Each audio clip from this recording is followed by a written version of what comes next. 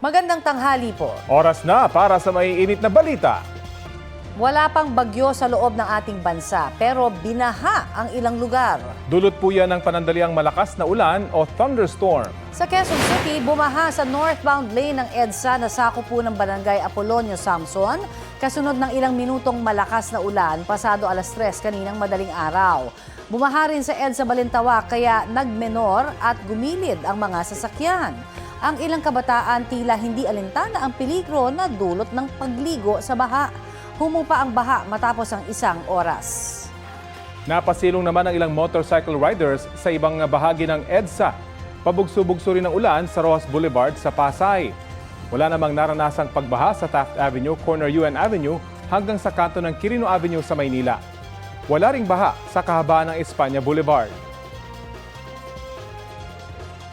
Binaha naman ang ilang bahagi ng barangay Ladingan sa Piquet, Cotabato. Umapaw kasi ang ilang ilog dahil sa malakas na ulan. Inuulan ang Cotabato at ilang pang panig ng Mindanao dahil sa trough o extension ng papalapit na bagyo. Sa mga susunod na oras, posible pa rin ang mga pag-ulan. Nakataas po ngayon ang thunderstorm watch sa Metro Manila, Bulacan, Rizal, Laguna at Cavite. Pinaalerto ang mga residente sa biglaang ulan na may kasamang kulog at kidlat hanggang mamayang alas 10 ng gabi. Sabi po ng Pag-asa, mamayang gabi o madaling araw bukas, posibleng pumasok sa Philippine Area of Responsibility ang bagyong tatawaging Domeng. Isa na po itong tropical storm. Namataan niya ng Pag-asa 1,135 kilometers silangan ng Eastern Visayas. Taglay nito ang lakas ng hangin na aabot sa 65 kilometers per hour. Base sa pinakahuling datos ng ahensya, lalakas pa ang bagyo bilang typhoon. Pero lilihis ito at posible nitong hatakin ang southwesterly wind flow o mahinang habagat. Dahil dyan, asahan ng malawakang ulan at posibleng deklarasyon ng tag-ulan. Sa ngayon, nagpapaulan na ang trough o extension ng bagyo sa ilang bahagi ng Mindanao. Southwesterly wind flow naman ang nakaapekto sa Western Visayas, Negros Island Region, Zamboanga Peninsula, Soc-Sargen, Barm, Llano del Norte, Misamis Occidental at Palawan. Sa kabila ng ulan, posible pa rin pumalo sa danger level na 47 degrees Celsius ang heat index sa Cavite City, 46 degrees Celsius sa Tuguegarao, Cagayan at San Ildefonso, Bulacan, 45 degrees Celsius naman sa Lawag, Ilocos Norte, Dagupan, Pangasinan, Apari, Cagayan, Kasiguran, Aurora, Kamiling, Tarlac, Tanawan, Batangas at sa Borongan, Eastern Samar. 44 degrees Celsius naman ang posibleng heat index sa Pasay City at sa 12 iba pang lugar sa bansa. 43 degrees Celsius naman sa Batac, Ilocos Norte at sa 19 na iba pang lugar. 42 degrees Celsius ang posibleng heat index dito sa Quezon City at Siam na iba pang lugar sa bansa. Extreme caution level na 41 degrees Celsius ang posibleng heat index sa Basco, Batanes at sa 7 iba pang lugar. Habang 40 degrees Celsius naman sa Indang, Cavite, Puerto Princesa at Aborlan sa Palawan, Zamboanga City at sa Davao City. 5 ang huling bilang ng mga kumpirmadong nasawi sa pagguho ng ginagawang gusali sa Angeles, Pampanga. Natunton kaninang umaga ang kinaroroonan ng nasawi sa tulong ng K9 unit. Balitang hatid ni Bea Pinlac. Iniikot ng K9 unit ang gumuhong gusali sa Barangay Balibago, Angeles, Pampanga, pasado alas 6 kagabi. Maya-maya, tumigil ito sa isang bahagi ng guho at tumahol. Hudyat na posibleng may katawan na natabunan ng malalaking tipak ng debris. Nakadetect po yung K9 dog, no, na isang human body. Hindi siya ganon kadali kasi napapailalim pa siya ng malalaking debris. Meron pa tayong mga ginamit na shoring na ginawa para maging stable yung paglalabasan sa kanya. Kapag nailabas po sila ng ating mga bumbero doon sa collapse sites, ay ita-turn over po namin sila sa ating mga taga-DOH para alamin po ang pagkakakilanlan bago po ito tuluyang dalhin sa nearest na punerarya. Mag-aalas 8 kaninang umaga nang makuha ang katawan ng lalaki na wala ng buhay. Ito na ang ikalimang nasawi sa pagguho. Ayon sa LGU, makatutulong ang cellphone na na-recover ng mga otoridad para kilalanin ang bangkay. Ibinalik sa search and rescue ang operasyon sa gumuhong gusali. Iniutos yan ni Interior Secretary John Vic Remulla nang bumisita siya sa Ground Zero kahapon. Posibleng may mailigtas pa raw sa 16 na pinaniniwala ang naipit sa guho. There have been instances kasi na 2 weeks after nahanap pa rin, katulad sa nangyari sa Baguio. So for me, I would rather consider it a search and rescue.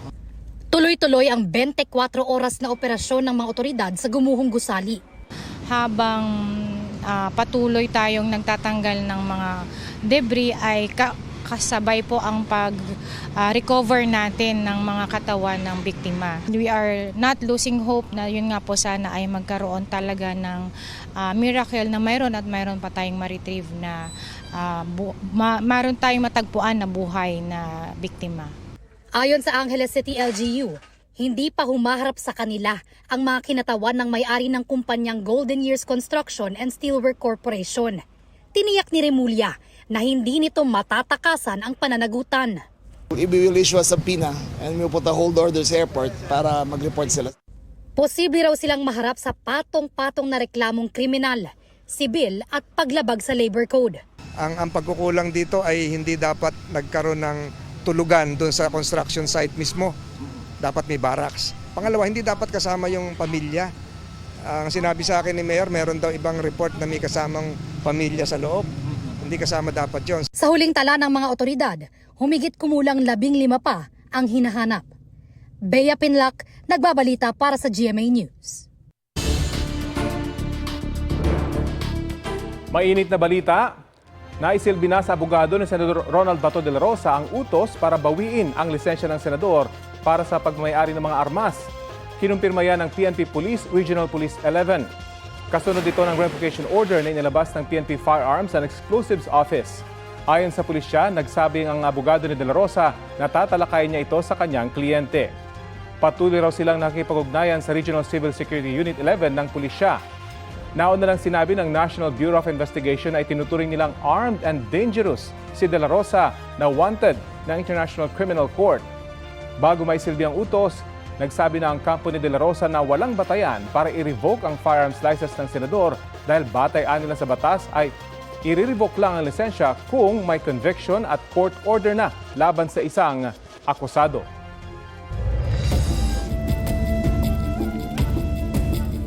Pasintabi po sa balitang ito, may natagpo ang kalansay ng tao sa damuhang bahagi ng NLEX sa Mabalacat, Pampanga. Ayon sa pulisya, nadiskubre yan ng ilang nagtatabas ng damo sa NLEX. Nakabalot daw ang kalansay sa isang cadaver bag. Nakasuot daw yon ng brown na t-shirt, blue na jacket, blue na pantalon at saka panloob. Nananawagan ang Mabalacat City Police kung sino man ang may kakilalang nawawala na tugma sa ganyang kasuotan na makipag-ugnayan po sa kanila.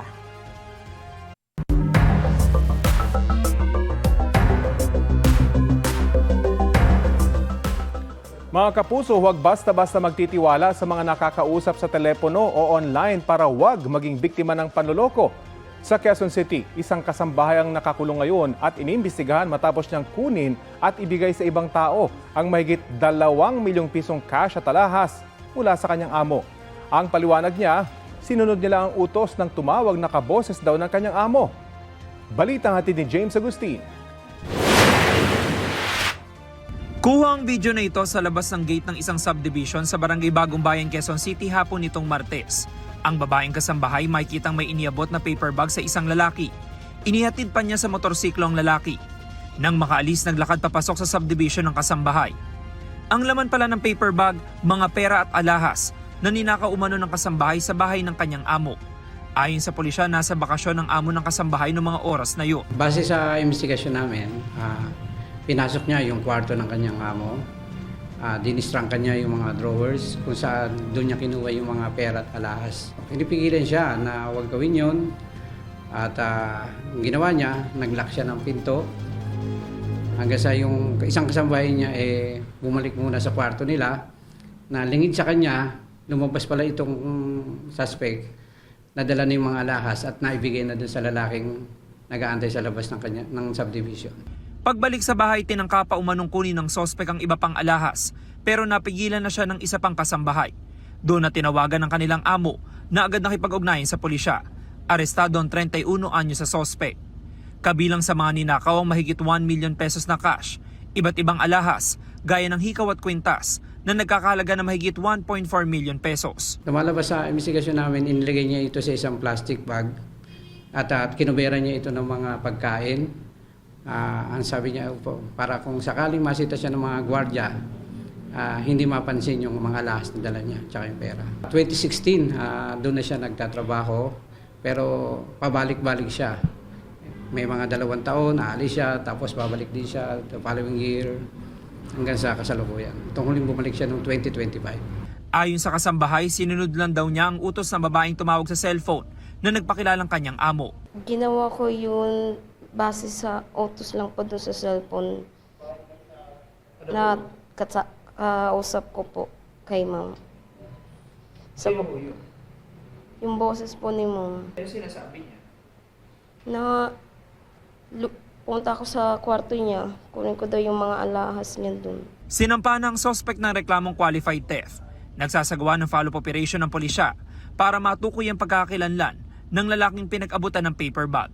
James Agustin, nagbabalita para sa GMA News. Nagbuga ng abo ang Bulkang Kanlaon kanina pong alas 6 ng umaga. Ayon sa PBOX, may taas ang ash plume na mahigit 1,000 metro.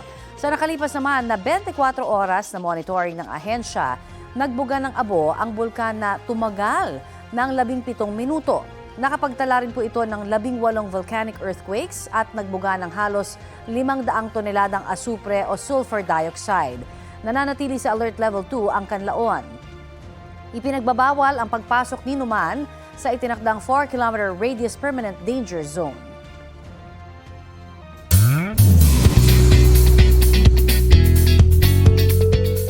Happy Thursday mga mare at pare! Getting into character ang cast ng upcoming GMA series na Code Grey na sumailalim sa immersion para mas matutuhan ang procedures at tamang galaw ng isang medical practitioner. Narito ang latest.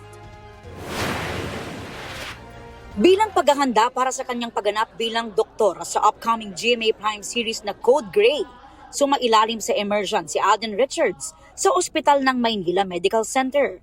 Kasama ni Alden ang co-stars na sina Andrea Torres, Shuvi Etrata, Faith De Silva, Christopher Martin at Christopher De Leon. Para mas magampanan ng mabuti ang role bilang si Dr. Grayson Lazaro, siniguro ni Alden na matutunan ang mga basic procedures at tamang galaw ng isang surgeon. Kasama na ang tamang pagsuot ng surgical gloves at gown. Tinuruan din sila ng pag-suture o pagtahi ng sugat. At sumailalim din sila sa basic life support training. Yung proper counting, yung tamang position, etc. And also, natutunan ko din dito yung mga iba-iba klaseng stitches when it comes to surgery. Hindi siya madali. Ngayon ko na-realize na yung expertise nila when it comes to doing these things comes with hard work. Nagpasalamat si Alden sa mga doktor na matyagang nagturo at nagbahagi ng kanilang kaalaman at expertise. Dagdag pa niya, paraan din ng proyektong ito para bigyang pugay ang mga medical practitioner. It's a way of honoring them as well, na itong project na to mabigyang highlight naman yung mga doktor at yung mga medical practitioners natin na nagliligtas ng buhay araw-araw. Kababalik lang ni Alden mula sa halos 1 buwang taping ng pinagbibidahan ding serye na Love Siargao. Kakaiba raw ang naging experience niya sa Siargao dahil kahit nagtatrabaho, mistulang naging healing escape pa raw ito dahil sa ganda at payapang hatid ng isla. It didn't feel like work because of what you're seeing every day. Siyempre, yung accommodations namin, beachfront, so dagat yung nakikita mo sa araw-araw, di ba, kakaiba yun. So, really more of parang rediscovering different aspects of myself and somehow healing na rin at the same time. Aubrey Carampel, nagbabalita para sa GMA News. Ito na ang mabibilis na balita. Nasunog ang 2 commercial stall sa barangay San Pedro, Pateros kaninang madaling araw. Naagapan ng mga bumbero ang paglaki ng apoy dahil sa fire hydrant sa katapat na gusali. Walang naitalang sugatan o nasawi ayon sa Bureau of Fire Protection. Inaalam pa ang sanhi ng apoy. Sugatan ng isang motorcycle rider matapos sumemplang sa kalsada sa Roas Boulevard sa Pasay. Ayon sa pulisya, posibleng nawalan ng balanse o bumangga sa center island ng rider dahil sa madulas na kalsada. Dahil sa insidente, bumagal ang daloy ng trapiko sa lugar. Ang ilang motorista napilitang dumaan sa service road. Wala namang ibang nadamay sa insidente. Inaasahang lalagdaan ngayon ng Pilipinas at Japan ang ilang kasunduan na may kinalaman sa defense at maritime security pati na sa energy security. At live mula sa Tokyo, Japan, may ulat on the spot si Ivan Mayrina. Ivan? Konnichiwa, Connie, mula dito sa Tokyo, Japan, kung saan ikatlong araw na ng state visit ni Pangulong Bongbong Marcos dito. Puno ang schedule ng Pangulo ngayong araw. Ngayong umaga lang, 4 na business meetings ang nakaschedule sa mga pribadong kumpanya. Pamilyar itong isang kumpanya sa listahan, ang Sumitomo Corporation, na siyang maintenance provider ng ating MRT3, pero patuloy tayong kumakalat na iba pang detalye kung anong paksa ng nasabing pulong. May meeting din siya kay dating Japanese Prime Minister Kishida Fumio ng Supreme Advisor sa Parliamentary Association of the Asia Zero Emission Community. Makakaharap din ng Pangulo ngayong araw ang presidente ng Japan International Cooperation Agency o JICA na isa sa pinakamalaking pinagkukunan ng pautang ng Pilipinas sa mga malalaking proyekto sa bansa. Tulad na lang halimbawa ng Metro Manila Subway Project. May isa pang pulong sa chairman ng Nippon Foundation bago ang kanyang nakatakdang talumpati sa joint session ng National Diet o ang Kongreso ng Japan. Matapos dyan ay ang panghuling meeting kay Japan Prime Minister Takaichi Sanae na agad susundan ng joint press conference kung saan iaanunsyo ang mga nalagdaang mga kasunduan. Naasahan dito may kinalaman sa defense at maritime security at energy security at gayon din sa ekonomiya, mga bagay na malapit sa sikmura ika ng Pilipinas sa gitna ng tensyon sa West Philippine Sea at gayon din sa nagpapatuloy na krisis sa langis na kinakaharap ng mundo. Patuloy nating inaantabayanan na magiging resulta ng mga pulong lalo na sa mga pribadong kumpanya. Pero nauna rito, Connie, $3.4 billion, katumbas ng 210 billion pesos na kabuang investment commitment ang ibinunga na roundtable meeting ni Pangulong Bongbong Marcos kasama mga nangungunang business leaders ng Japan. Kahapon din pumirma sa isang Memorandum of Understanding ang Ayala Corporation, Globe Telecom, Mitsubishi Corporation at KDDI para sa pagsusulong ng konsepto ng Smart City sa Makati City. Sa pamagitan niya ng Artificial Intelligence o AI at modernong teknolohiya ng mga telco para sa transportasyon, retail at commercial services, energy management at digital service. May hiwalay pang kasunduang nilagdaan ng Ayala Corporation at Mitsubishi Corporation para sa digital services para naman sa ticketing, online payment at digital marketing. May katlo pa, yung kilalang e-wallet platform sa bansa, may kasunduan din sa Mitsubishi Corporation para palawakin ang serbisyo nito sa Pilipinas at maging sa ibang bansa. Ang layon niyan, ang pag-integrate sa e-wallet platform sa mga negosyo ng Ayala at Mitsubishi sa retail, real estate, energy, mobility at digital services. Ang pakinabang daw dyan ng mga mamamayan ayon sa DTI, mas mabilis at mas maginhawang transaksyon para sa mga negosyante at consumer. Tulad ng kanyang karaniwang mga biyahe abroad, may mga business meetings ang Pangulo para manghikayat ng mga mamumuhunan sa bansa. Sa gitna ng kasalukuyang hamon ng global economy, ayon sa Pangulo, partikular ang krisis sa enerhiya at pagkadiskaril ng mga supply chain, lubhang mahalaga na lalong palakasin ang ugnayang pang-ekonomiya ng Pilipinas at ng Japan. At live mula sa Tokyo, Japan, Ivan Mayrina, GMA News. Balik sa iyo, Connie. Arigato gozaimasu. Maraming salamat, Ivan Mayrina.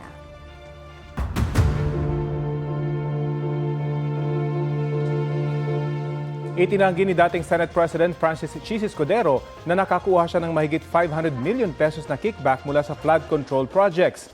Batayan sa kopya ng kanyang counter affidavit na eksklusibong nakuha ng GMA News. Balitang hatid ni Joseph Morong. April 16 nang irekomenda ng Field Investigation Office ng Ombudsman na kasuhan ng plunder, graft at indirect bribery si dating Senate President Francis Escudero. Base sa reklamo, nagkamal umano si Escudero ng lampas kalahating bilyong piso galing sa mga umano'y maanumalyang flood control project. Base sa aligasyon ni dating Department of Public Works and Highways o DPWH Undersecretary Roberto Bernardo. Sa kopya ng counter affidavit ni Escudero na eksklusibong nakuha ng GMA News, itinanggi niya ang mga aligasyon at pinabulaan ng nakakuha siya kay Bernardo ng 306 million pesos noong 2024 at 280 million pesos noong 2025 na tinanggap umano ng kaibigan, campaign contributor at umani bagman ni Escudero na si Maynard Ngu. Wala raw ebidensya na magpapakita na bagman niya si Ngu at inutusan niya ito na gumawa ng aksyon para sa kanya. Base lamang daw sa kwento ni Bernardo ang sinabi raw ni Ngu na natanggap ni Escudero ang pera. Giit ni Escudero, wala naman daw na ipakitang pruweba si Bernardo na tinanggap niya ang umano'y kickback. Paiba-iba rin daw at nagbabago umano ang sinasabi ni Bernardo sa 4 na affidavits ito laban sa kanya. Tulad na lamang ng wala raw nabanggit si Bernardo na 306 million pesos na delivery sa unang 3 affidavit na isinumite nito sa Senate Blue Ribbon Committee. Lumabas na lamang daw ito nung may investigasyong ginagawa na ang Ombudsman. Hiniling ni Escudero sa Ombudsman na huwag bigyan ng immunity o gawing state witness si Bernardo at iba pang testigo laban sa kanya dahil kung may master plunderer tulad ng sinasabi ng reklamo, hindi raw siya ito kundi si Bernardo. Si Bernardo raw ang most guilty sa mga individual na dawit sa flood control project. Sabi pa ni Escudero kung siya raw ang master plunderer, bakit kalahating bilyong piso ang sinasabing natanggap niya kumpara sa inamin mismo ni Bernardo na tumanggap siya ng lampas 1 bilyong piso. Hinihingan pa namin ng panig ang kampo ni Bernardo at ang Ombudsman. Pag-aaralan pa ng Ombudsman ang kontrasalaysay nito ni Senador Escudero para malaman kung may sapat na basehan para sampahan siya ng kaso sa Sandigan Bayan. Joseph Morong nagbabalita para sa GMA News. Nagdire-diretso at bumangga sa poste ang motorsiklong yan sa National Highway sa Barangay Bangal at Talisay, Batangas. Tumila po ng 2 sakay ng motorsiklo. Base sa investigasyon, hindi na kontrol ng rider ang motorsiklo matapos itong mawalan umano ng preno, kaya nagdire-diretso ang takbo nito. Nagpapagaling na sa ospital ang pasahero pati ang rider na nagtamo ng matinding sugat sa paa.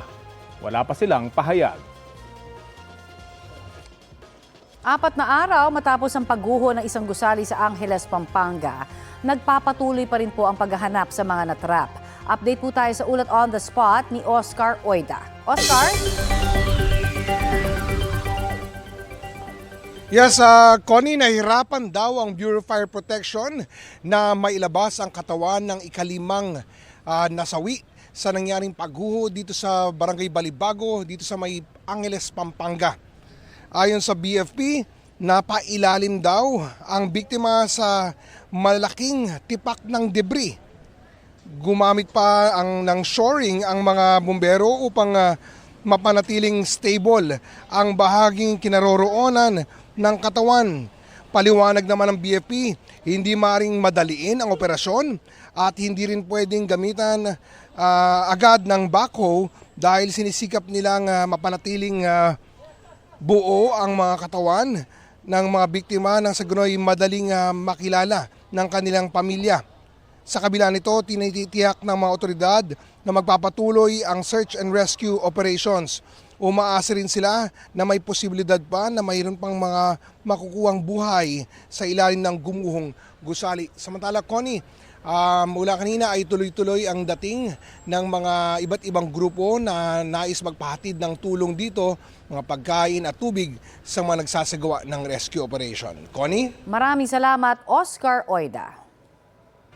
Hindi nakita si Senador Ronald Bato de la Rosa sa ilang lugar na pinuntahan ng mga otoridad kahapon. Humingi naman ng pasensya ang misis ni de la Rosa sa mga posibleng maabala dahil sa paghahanap sa kanyang mister. Balita natin ni JP Soriano. Sunod-sunod na dumating ang mga sasakyan ng PNP, CIDG at NBI sa isang subdivision sa Barangay Balibago, Angeles, Pampanga. Bumaba ang mga tauhan ng CIDG at nilapitan nito ang isang bahay. At pagdating nga po ng NBI at CIDG, agad sila nagpunta sa property na ito, nakipag-coordinate sa purok leader at ang hinahanap daw nila isang Virgilio Carino na ayon po sa homeowners ay kamag-anak di umano ni Senator Robin Padilla. Ang hinahanap daw po nila sa pagpunta nila dito si Senator Ronald Bato de la Rosa. Ayon sa aking source, nakatanggap ng impormasyon ng mga otoridad na narito si de la Rosa May 26. Bitbit ng NBI at CIDG ang arrest warrant para kay De La Rosa mula sa International Criminal Court o ICC. Sinamahan sila ng purok leader na may access sa bahay. Kabilang sa mga sinilip ang kusina, Wala namang katao-tao dito po talaga, sir. pati ang silid na may kama. Pero bigong matagpuan si De La Rosa. Nag-search lang po kung nandito po si Senador Bato. Sabi ko po, walang bato talaga po dito na nakatira. Kasi hindi naman po siya taga rito. Hinanap din si De La Rosa sa katabing bahay na pagmamay-ari rin umano ni Carino at may ibang umuupa. Tapos pagbukas ko, sabi ko, anong meron? Tapos yun nga, hinahanap nila si Senador Bato. Sabi ko ba, malay ko rin. Hinahanap din umano si Carino at ang isang itim na pick-up na namataan umano sa Senado noong araw na umalis si De La Rosa. Tinanong ko po, bakit po hinahanap nila yung pick-up na nakapangalan sa Virgilio Carino. Sabi nila kasi hinahanap po nila si Senator Bato. Ayon sa Homeowners Association ng Subdivision, well-coordinated sa kanila ang operasyon ng CIDG at NBI. Sabi niya, meron po kaming pinapaulap dito. May subject of the warrant, so isi-serve namin. Mga taga-CIDG kami at taga-NBI. Bukod dito, kasabay ring hinanap si De La Rosa sa Parañaque at Bulacan ayon sa hepe ng CIDG. Katuwang nila ang NBI. Meron po talagang mga identified areas na according to mga reports sa amin na nandun si Senator Bato. Wala pa naman po talagang nag-positive dun sa mga lugar natin pinuntahan. Natukoy rin daw nila ang mga posibleng koneksyon ni De La Rosa tulad halimbawa ng ginalugad na bahay sa Pampanga. Parang kamag-anak ko yata ni Senador Robin Padilla yung pinuntahan niyo pong isa sa mga bahay. Tama po yun dahil dun po sa identification ng mga sasakyan na lumabas po na yung sasakyan ay present po during dun po sa time na nawala po si Senator Bato de la Rosa. Sinusubukan pa rin ng GMA News na makuha ang panig ni Senador Padilla at Carino. Bantay sarado rin ang Davao City Police sa mga ari-arian ni De La Rosa sa lungsod. Nag-instructa sa ato ang 19 police station commanders and also sa mga heads of offices sa ato ang support units nga ato ang pag-monitor sa maong presensya sa ato ang Senator Bato, ma'am. Ang mo lang yun is monitoring sa iyang tanan nga properties diri sa ato ang area of responsibility. Sa isa namang online post, humingi ng pasensya ang asawa ni De La Rosa sa mga kaibigan, kamag-anak o kakilala na baka aniya sunod na pasukin at sabihan na hindi na kailangan ng isang search warrant. Huling namataan si De La Rosa noong madaling araw ng May 14 kasama niya si Senator Padilla. Nakuha na ng CCTV ang sabay na pagsakay nila sa isang sasakyan paalis ng Senado. JP Soriano, nagbabalita para sa GMA News. Patay ng malunod ng isang lalaki at dalawa niyang anak sa isang ilog sa Davao City. Nakunan pa sa video ang pagligo na mag-aama sa ilog hapon nitong Martes. Base sa investigasyon, bigla na lang rumagasa ang tubig mula sa bundok kaya naanod ang mag-aama. Kinahapunan ay natagpuan po ang katawan ng 4 na taong gulang na bata. Kahapon, Miyerkules ng umaga nang makita naman ang bangkay ng ama at isa pang batang edad 8. Ayon sa Barangay Disaster Risk Reduction and Management Council, hindi umuulan noon sa lugar kung saan naliligo ang mga biktima. Pero malakas ang agos ng tubig mula sa itaas ng bundok. Maghihigpit na raw ang mga otoridad sa pag-monitor sa ilog para wala nang maligo roon. Sinusubukan pang kunan ng pahayag ang kaanak ng mag-aama. Patay ang isang babae at kanyang anak matapos salpukin ng truck ang kanilang bahay sa Don Salvador Benedicto Negros Occidental. Sa investigasyon ng pulisya, nagkaaberya ang preno ng truck at dumiretso sa bahay ng mga biktima sa barangay Pandanon. Ayon sa isang kaanak, katatapos lang mananghalian ng mag-ina at naglalaro noon ang isang taong gulang na bata. Sugatan din ang 5 iba pang kaanak na nagkataong nasa loob ng bahay. Hinihintay pa ng pulisya ang desisyon ng pamilya kung magsasampa ng reklamo laban sa driver na pansamantalang pinalaya. Sinusubukan pa silang makuhanan ng pahayag.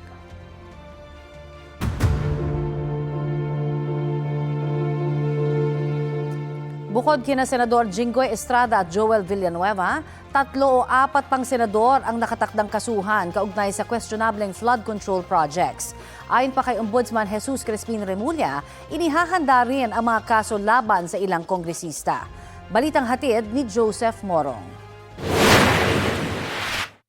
Is it because, Madam Chair, they're in a hurry because of news reports that probably 2 of our colleagues might land in jail this weekend? Yan ang tanong ni Senador Erwin Tulfo ng minorya sa Senado kung bakit tila minamadali na mapagbotohan ang mosyon ni Senador Rodante Marcoleta na baguhin ang Senate rules para payagan ng mga senador na makaboto online kung wala sa Senado. Walang pinangalanan si Tulfo kung sino ang dalawang senador na umano'y maaaresto. Nauna nang sinabi ni Ombudsman Jesus Crispin Remulla na kakasuhan ng plunder si Senador Jinggoy Estrada kaugnay sa pagtanggap umano niya ng kickback sa mga flood control project. Sunod na raw sa kanya si Senador Joel Villanueva. I think there are at least 3 more senators. So, Cheese, Villanueva, Estrada, may 3 pa po. Marcoleta. Tapos meron pang 3 pa. May 3 pa. 3, 4 pa. So, nakakukulong o hindi makukulong, hindi ko muna sasagutin. Darating tayo dyan. Si Marcoleta na nagsulong ng pagbabago sa Senate rules, pinakakasuhan ng plunder, indirect bribery at paglabag sa batas laban sa pagtanggap ng regalo dahil sa pagtanggap niya ng 75 million pesos na donasyon mula sa 3 individual, bagay na hindi idineklara sa kanyang salin. Si Escudero na pinakakasuhan rin daw sa pagtanggap umano ng 586 million pesos na kickback mula sa flood control projects, nagsumite na ng kontra salaysay sa Ombudsman. Sina Escudero, Estrada, Marcoleta at Villanueva kapwa mga majority senators. Kaya sabi ng kasamahan nila na si Senador Amy Marcos, solid kami. Yun nga lang, yung kinakasuhan, yung hinahabol, kung ano-ano talaga ang nangyayari, yan ang problema. Palibasa nga, buo kami, siguro may nagnanais na buwagin.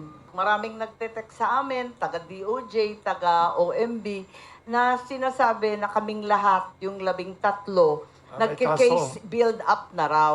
Hindi. Ano yan? Ang trabaho ng ombudsman, lahat eh. Ayon kay Remulla, may kakasuhan din silang mga congressman. Nauna nang sinabi ni Remulla na naghahanda na rin sila na sampahan ng reklamong plunder si dating House Speaker Martin Romualdez. Joseph Maurong, nagbabalita para sa GMA News. Nagtulong-tulong ang mga rescuer sa Saizom, Boon Province sa Lao para pasukin ang isang kuweba. Layo nilang mailigtas ang 7 taong natrapo sa kuweba ng halos 1 linggo na. Tagumpay po silang natunton ang 5 natrap sa kuweba na buhay at ligtas habang patuloy ang paghahanap sa iba pa nilang kasama. Ayon sa ilang ulat, natrap ang mga lalaki sa kuweba dahil sa paghahanap ng ginto. Hindi sila nakalabas dahil sa malakas na ulan at pagguho ng lupa na humarang sa kuweba. Sunod-sunod na namatay ang 6 na bagong sinang nasanggol sa isang ospital sa Dhaka, Bangladesh. Ayon sa mga otoridad, oras lang ang pagitan nang mamatay ang mga sanggol na 1 hanggang 3 araw pa lang mula ng isilang. Nasa loob daw sila ng kwarto na nakapatay ang air conditioner. Inimbestigahan na ng pulisya kung nagkaroon ng gas leak o mechanical failure. Wala pang pahayag ang pamunuan ng ospital. The International Criminal Court is now in session. Rodrigo Roa Duterte.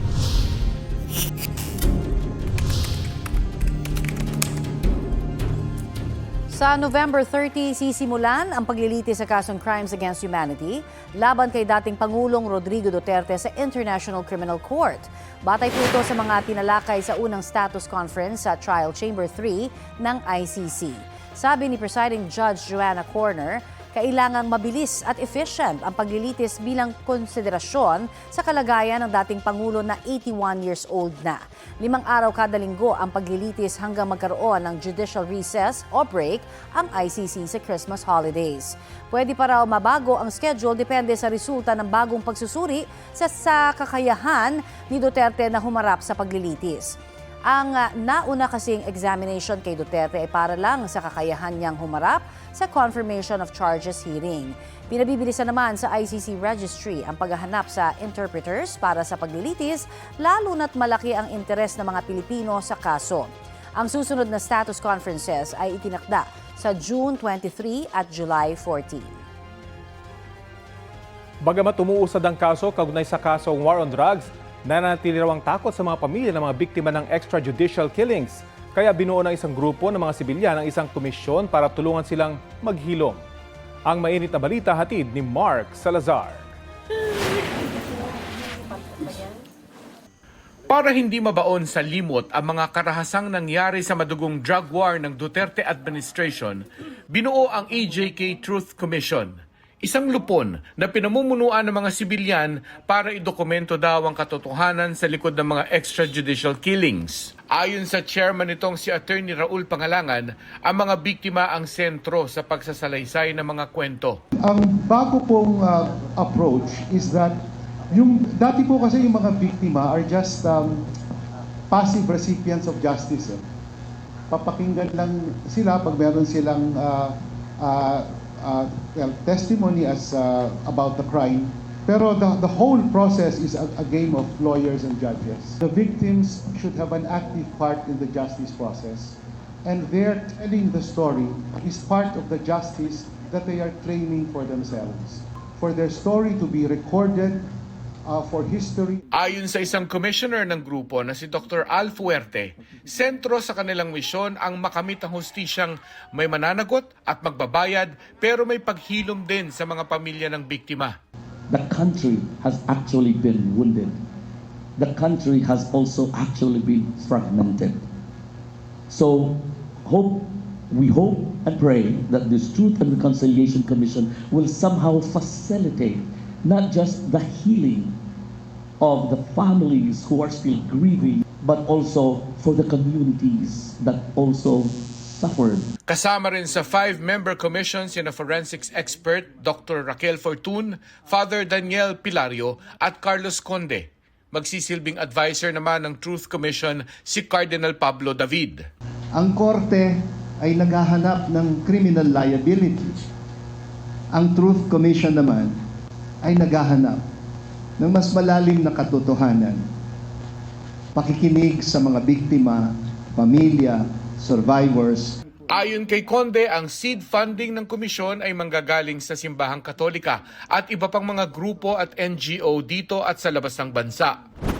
Welcome ang Truth Commission sa mga pamilya ng EJK victims na nasa pangangalaga ng Rise Up for Life and for Rights. Pero makikipagpulong daw muna sila sa komisyon para linawin ang direksyon at magiging partisipasyon nila rito. Mas mahalaga na makonsulta rin kami at yung iba pang mga pamilya nang sa ganun po hindi rin kami nagugulat, nabibigla at hindi yung paulit-ulit na magkukwento kami. Bagamat umuusad sa ICC ang kaso, nananatili raw ang takot sa mga EJK victims' families habang nasa bansa pa rin daw ang iba pang co-perpetrator ng war on drugs. At ang nagtatagong si Senador Ronald De La Rosa. Malaking tulong po yun sa mga biktima dahil marami pa po talaga mga biktima na hindi pa sila lumalabas dahil hanggang sa ngayon po naman kahit tuloy-tuloy yung pagpaslang ay may mga takot pa rin po talaga ang karamihan sa mga biktima. Mark Salazar, nagbabalita para sa GMA News. Hulikam sa Antipolo Rizal, isang motorsiklo ang nadulas sa pakurubang bahagi ng Sumulong Highway hanggang sa sumalpok ito sa kasalubong na AUV. Dinala ng mga responding rescuers sa ospital ang binatang rider ng motor pero idineklara siyang dead on arrival. Wasak naman ang kanyang motor habang may pinsala rin ang sasakyang nasalpok nito. Nagkaaregluhan na ang kampo ng biktima at ng driver ng AUV.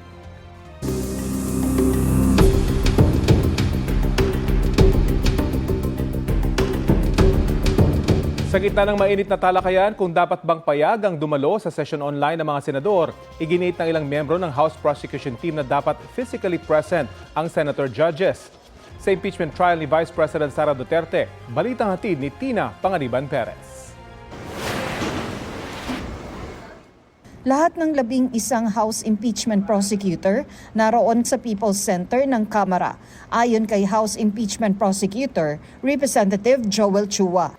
Nagsagawa sila ng isang mock trial o simulation kung paano ilalatag ang kaso laban kay Vice President Sara Duterte sa harap ng mga senator judge. Parang ina-approximate namin ano ba talaga paano ba magkatalakay, ano ba ang trial, different from a regular courtroom, but more appropriate to an impeachment process. Parang mas ganun yung tinatalakay, pinag-aaralan namin.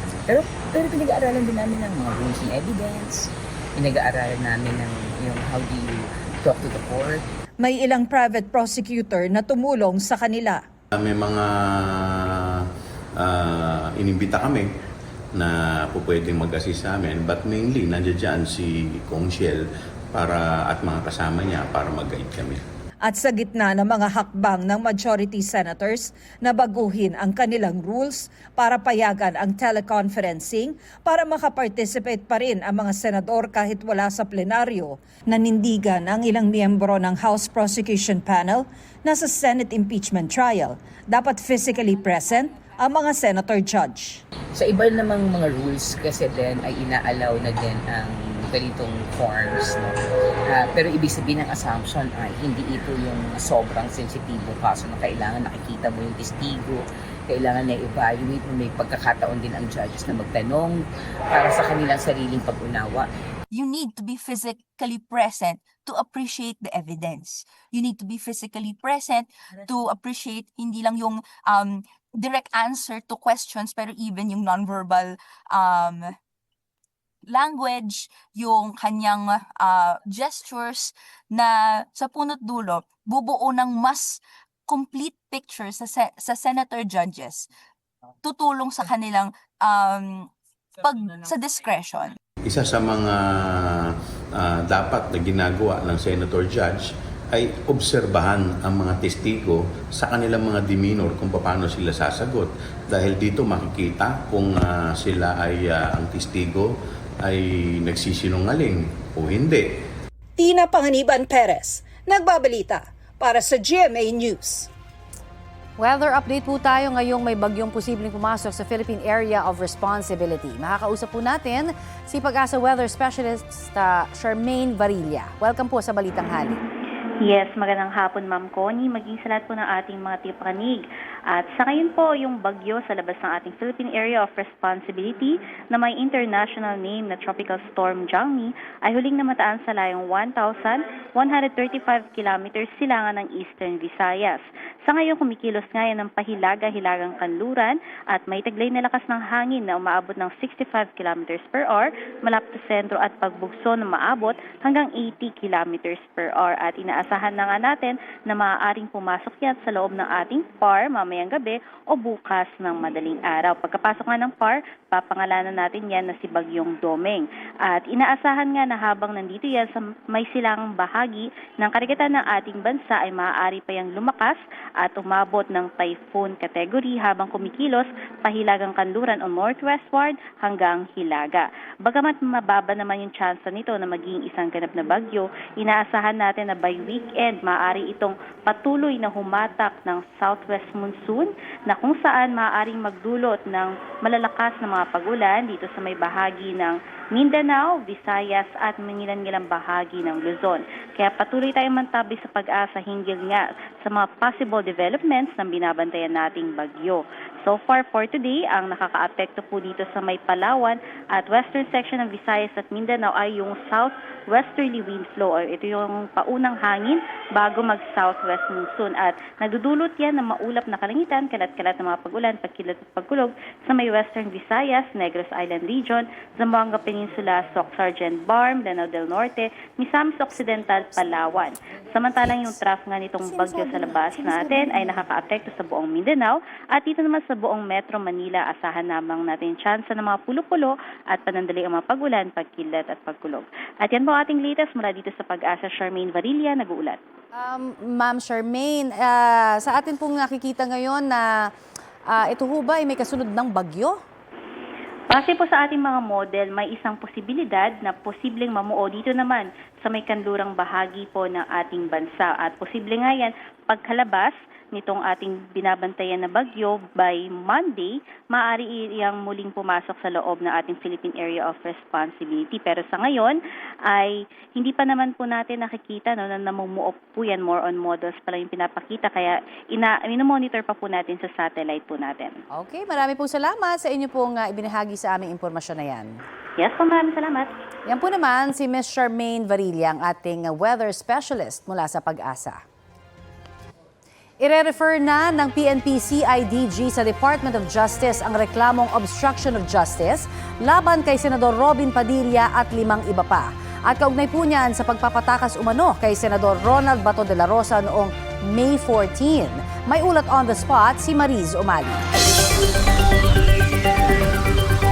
Connie, may indispensable participation daw si Senador Robin Padilla sa pagtakas ni Senador Ronald Bato de la Rosa madaling araw ng May 14 sa Senado at hindi raw ito mangyayari if it weren't for him. Yan ang sinabi ni CIDG Director Major General Robert Morico II sa press briefing ngayong umaga. Ito raw ang basehan kung bakit ire-refer na nila ang reklamo obstruction of justice laban kay Senador Padilla sa National Prosecution Service kasama ang 5 iba pa. Kabilang din ang babaeng security officer daw ni Senador Padilla na nakita sa CCTV kasama ni na Senador Bato at Senator Padilla nang papatakas na sila sa Senado. Sinabi ng CIDG na hindi incidental hitch ride, kundi well-planned, well-coordinated ang pagtakas ni Senador Bato dahil nakaabang talaga ang ilang sasakyan bilang backup para masiguro ang kanyang pag-alis daw sa Senado. Hindi lang daw isa pero hindi kinumpirma Connie kung ilang sasakyan ang kasama dahil bahagi raw ito ng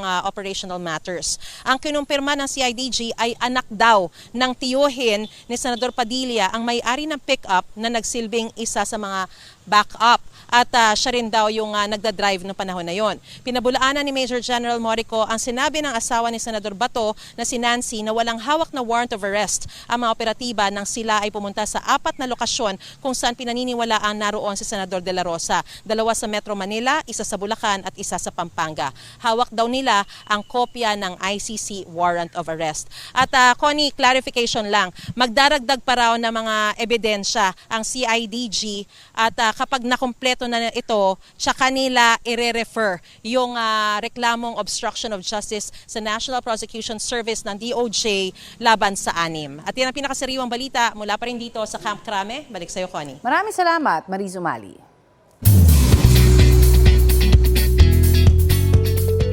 Romantic feels ang hatid ng camping date ni Kapuso primetime action hero Ruru Madrid at kanyang girlfriend na si Bianca Umali. Sa Instagram, nag-share ng ilang photos at video si Ruru, enjoying the views ng sunset at city lights sa camping site sa Tanay, Rizal. Sa caption, sinabi ni Ruru na, "I'm home with tag kay Bianca." Bibida soon si Ruru sa upcoming GMA Prime series na Hari ng Tondo kasama si Kapuso Drama King Dennis Trillo.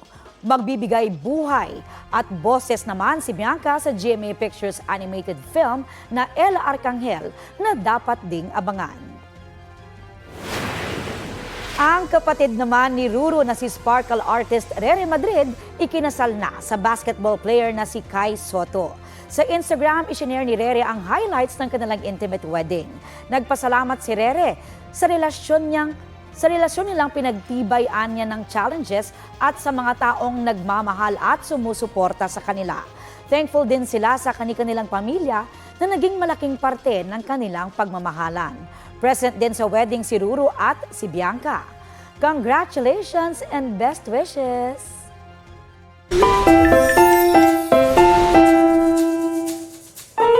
Hanggang sa altar, prinsesa ang turing sa unika iha ng isang pamilya sa Baliwag, Bulacan. Ang grand entrance niya as bride naging extra special. May sweet na pakulo kasi ang kanyang mga bro.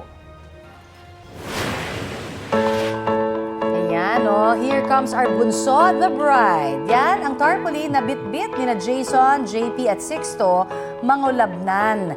Tila announcement bago pumasok sa simbahan ng bunso at kaisa-isang kapatid na babaeng si Nika. Ang kanila namang panganay na si Kuya Philip ang mismong naghatid sa altar. Pag-amin ni Nika, strikto ang kanyang mga utol bilang only girl sa mangulabnan siblings. Lalong-lalo na raw sa usapin ng panliligaw. Kaya ang sweet gesture tila reminder daw sa groom na si Shana. Eto na si Nika ang bunsong iniingatan. Mahigit 800,000 views na ang video at certified trending! Kakatuwa naman. Ang sweet na mga kuya. Oo, may forever. Sweet na pero may warning. May forever tagapagtanggol. Correct. Yan ang may init na balita ngayong tanghali. Ako po si Connie Season. Rafi Tima po. Kasama nyo rin po ako, Aubrey Carampel. Ito po ang GMA News. Walang kinikilingan, walang pinoprotektahan. Noon at ngayon, serbisyong totoo.